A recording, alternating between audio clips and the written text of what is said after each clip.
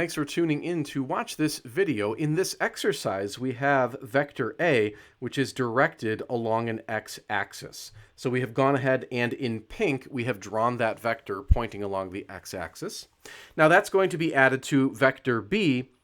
We know the magnitude of vector B, so we can actually write that down. We know that the magnitude of vector B is equal to 7 meters.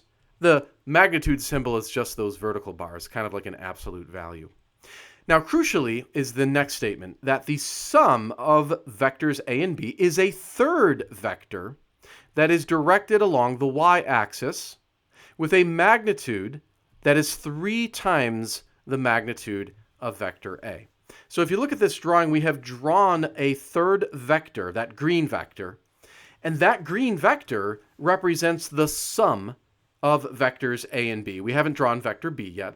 But again, that green vector is the sum of A and B, and we know that its magnitude is 3 times A. So we have that 3 times A. Because it's a magnitude, we can kind of encapsulate that in vertical bars, and same thing with this. Now the big question is, where's vector B? We haven't drawn it yet, so how do we draw it? And to understand that, we're going to pivot to the following statement. When adding vectors, in this case A and B, you must align those vectors so that they are tip to tail. That's a phrase that you want to remember when adding vectors, tip to tail. When looking at vector A, we have its tip right here. And this would mean that vector B's tail has to touch the tip of vector A. So the tail of vector B would be right here. We can kind of move it around, but just notice that the tail end of this vector is touching the tip of vector A. And then remember that the sum of vector A and vector B, which we're kind of wiggling around right now, their sum has to equal that green vector, which means I have to draw vector B so that it lands right there. It has to touch that green vector because the green vector is the sum of vectors A and B.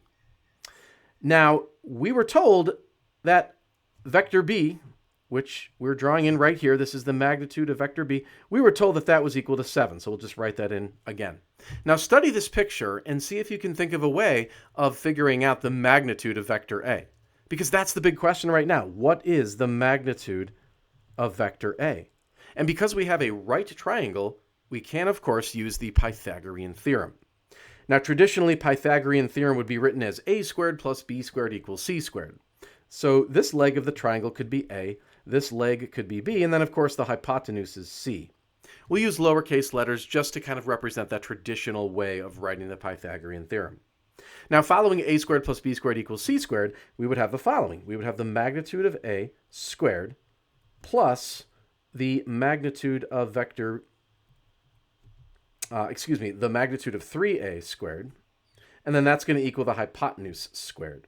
Now remember, the hypotenuse has a magnitude of 7, so this would actually just equal 7 squared. So far, so good. We're just going to now solve this for the magnitude of A. So here we have the magnitude of A squared. Now, when you square the next quantity, this quantity, make sure you square the 3, so that's going to become a 9. And then you have the magnitude of A squared.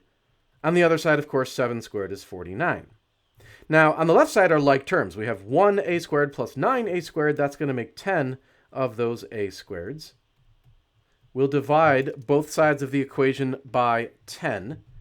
We'll get that out of the way as well. So now we have the magnitude of a squared is equal to 49 over 10. And then finally, we just take the square root of both sides. So the magnitude of a would be the square root of 49 over 10. You could leave it like that. You could probably also put it into a calculator. And when you do that, you would get approximately 2.2 meters. And that is the correct answer to this question. The magnitude of vector A is 2.2 meters. So again, the take-home lesson for this question is that when you're adding two vectors, you must make sure you align those vectors so that they are tip to tail. So just another quick example. Let's say we drew a sort of random vector like so, called that vector A. And let's draw another vector, vector B. And when we do this, we don't want to draw vector B over here because then they would be sort of tail to tail. We want to go tip to tail. So we would take the tip of A and connect it to the tail of B, right there. And then the sum of those two vectors, A plus B, would be represented by this third vector. It kind of forms a triangle. And then that would be the sum of vectors A and B. So that's the take-home message from this question.